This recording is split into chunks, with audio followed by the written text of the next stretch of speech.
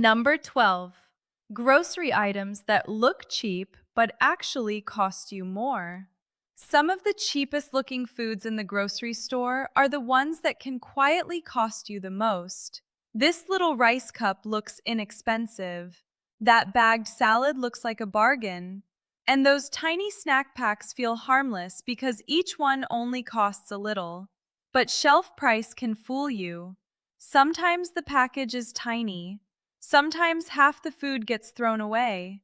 Sometimes you are buying the same cheap ingredient after somebody portioned it, flavored it, or put it in a different container. So today, I'm showing you times 12 grocery items that look cheap but can actually cost you more, and what I look for instead. And number 8 fooled me for years because the price on the shelf makes it look like one of the smartest bargains in the store. Let's start. Number 1. Microwave rice cups. These look cheap because the individual cup does not cost much. You see one little container and think, that's convenient. That's only a small purchase. But look at how much rice is actually inside. Rice itself is one of the least expensive pantry staples. What makes the cup cost more is everything around the rice. It has already been cooked, portioned, packaged, and made ready in about a minute. That convenience can absolutely be useful.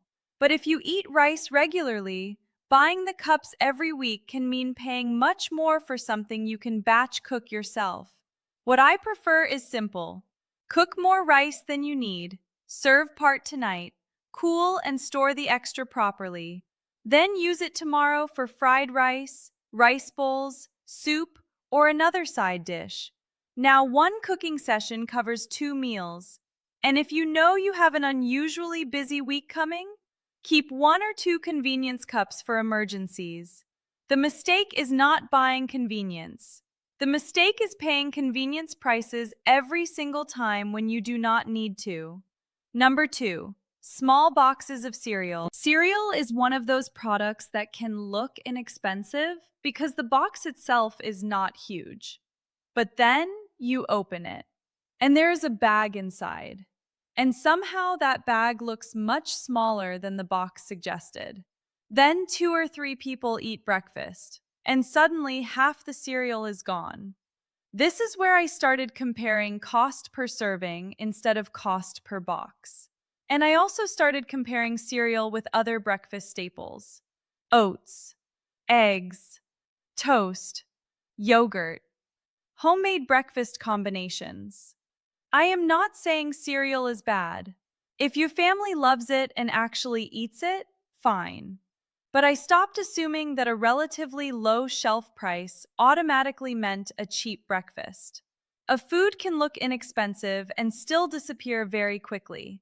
That matters. Because the real question is not, how much is this box? The question is, how many breakfasts am I getting from it?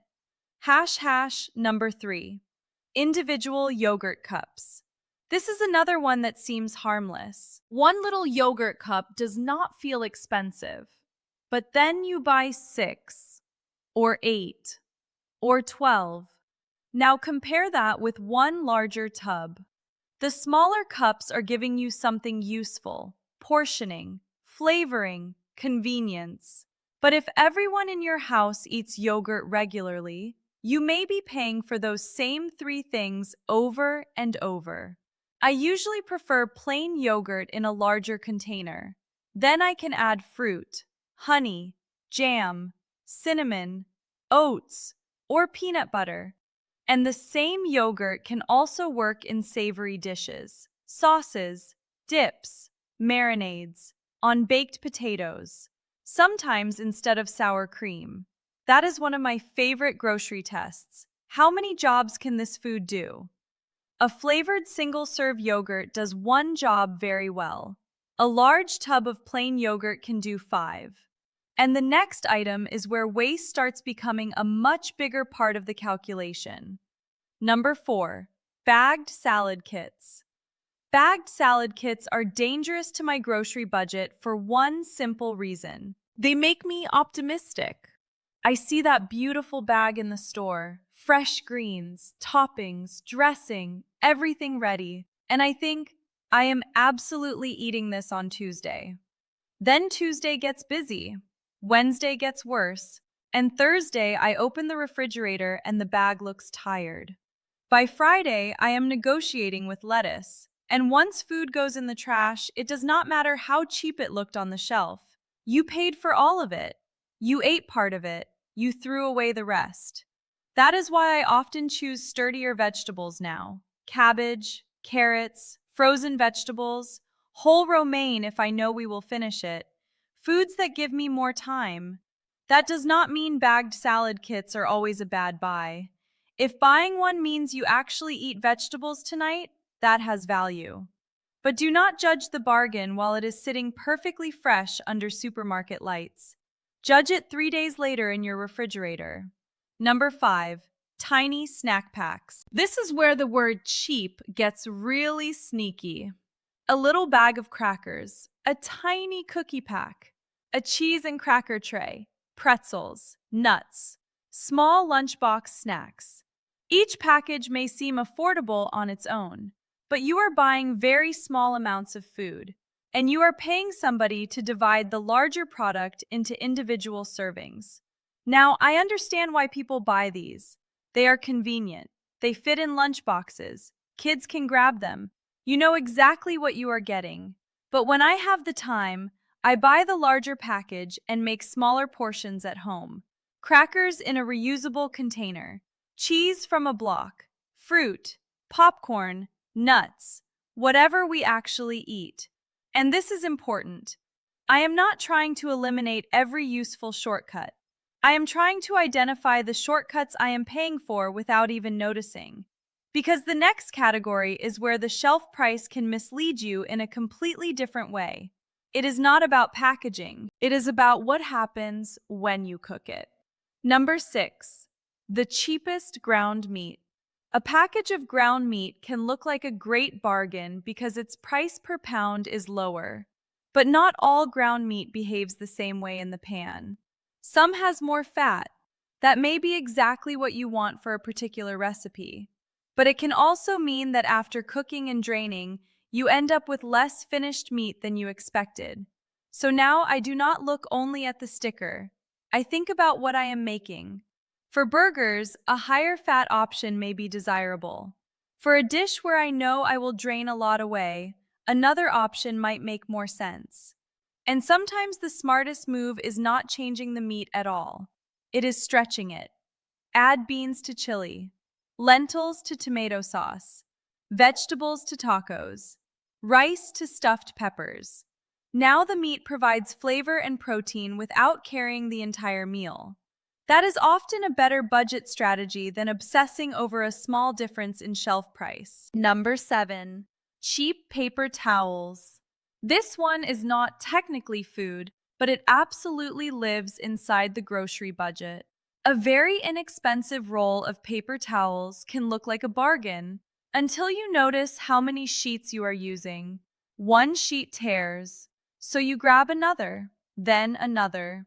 Suddenly, the cheap roll disappears quickly. The same thing can happen with trash bags, foil, storage bags, and other household supplies. The lowest sticker price is not always the lowest cost per use. For many cleaning jobs at home, I use washable cloths. I save paper towels for the things where I genuinely want something disposable. That makes the roll last much longer. This principle applies across the grocery store. Do not ask only, which one costs less? Ask, which one lasts longer? And now we get to number 8.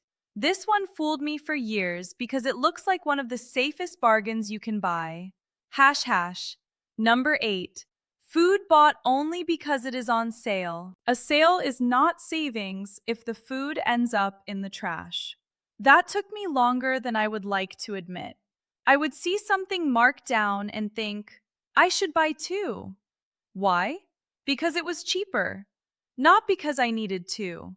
Not because I had a plan. Because the little sale sign made me feel like I was winning. Then one of those items would sit in the refrigerator until it expired. Or I would buy produce because the price was excellent and then realize nobody in the house wanted it. This is especially dangerous with perishables. Fresh berries, salad greens, bread, dairy, meat with a short use by window. A sale can absolutely be valuable. But now I ask, when are we eating this? If I cannot answer that question, I am much less excited by the discount. The best bargain is not the food with the biggest markdown. It is the food that gets eaten. Number 9. Bottled water in small bottles. This depends on where you live. If your local tap water is unsafe, unsuitable, or has serious quality problems, bottled water may be necessary. But in households where the tap water is safe and acceptable, buying small bottles over and over can add a lot of recurring cost. And the bottles are another example of portioning. You are buying water in a very convenient single-serving package. For some households, a reusable bottle and an appropriate filter can make more sense over time. The important thing is not copying somebody else's solution. It is looking at repeated purchases. If something enters your cart every single week, even a small difference matters. And the last 3 items are different. They do not necessarily cost more because the package is small. They cost more because they can make you buy something else later. Number 10. Ingredients for one specific recipe. This used to happen to me constantly. I would find a recipe. It needed a special sauce, one unusual spice, a particular cheese, a fresh herb, maybe one vegetable we rarely eat. So I bought everything. I used 2 tablespoons of the sauce, a little of the spice, half the herb. Then the recipe was over. Now I had 5 ingredients sitting around waiting for a meal that might never happen again. That is expensive cooking. Not because the dinner itself was necessarily expensive, because the leftovers from the ingredient list had nowhere to go. Now when I try a new recipe, I look at the ingredients first. If it requires several things I do not normally keep, I ask whether they can be used again. Can that sauce go into another meal? Can that herb go in eggs, soup, or pasta? Can I substitute something already in the house? This one habit has made meal planning much simpler. The best ingredient is not always the cheapest ingredient. It is the one that connects to several meals. Number 11. Ultra cheap fresh produce you never eat in time. We already talked about salad kits, but this goes much wider. Sometimes fresh produce looks incredibly inexpensive compared with frozen, so we buy a lot. Broccoli, spinach, green beans, berries, peppers, whatever looks good. Then real life happens. You cook something else. You get busy. You eat out one night. And suddenly the fresh vegetables that looked like the cheapest choice are soft, wilted, or unusable. That is why frozen vegetables have become one of my favorite backup foods. They wait. You can use half the bag, put the rest back. There is very little pressure. Fresh produce can absolutely be the better choice when you have a plan to use it. But frozen can be cheaper for me when the alternative is repeatedly throwing fresh food away. Again, cost at checkout is only half the story. Cost after waste matters too. Number 12. Cheap convenience food that leaves you hungry. This is probably the most important one. A product can be inexpensive and still be a bad bargain if it does not actually solve the problem you bought it for. Think about a tiny frozen meal, a small snack pack, a little breakfast bar, something you eat quickly. Then 30 minutes later, you are still hungry, so you eat something else. Now, the cheap item was not really the meal. It was the first part of the meal. This is why I think about meals in terms of staying power.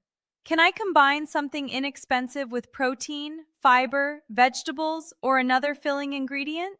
Instead of eating only a small packaged snack, maybe I add fruit and yogurt. Instead of a tiny frozen meal, maybe I keep homemade soup or chili in the freezer. Instead of one breakfast bar, maybe I make oats with peanut butter and fruit.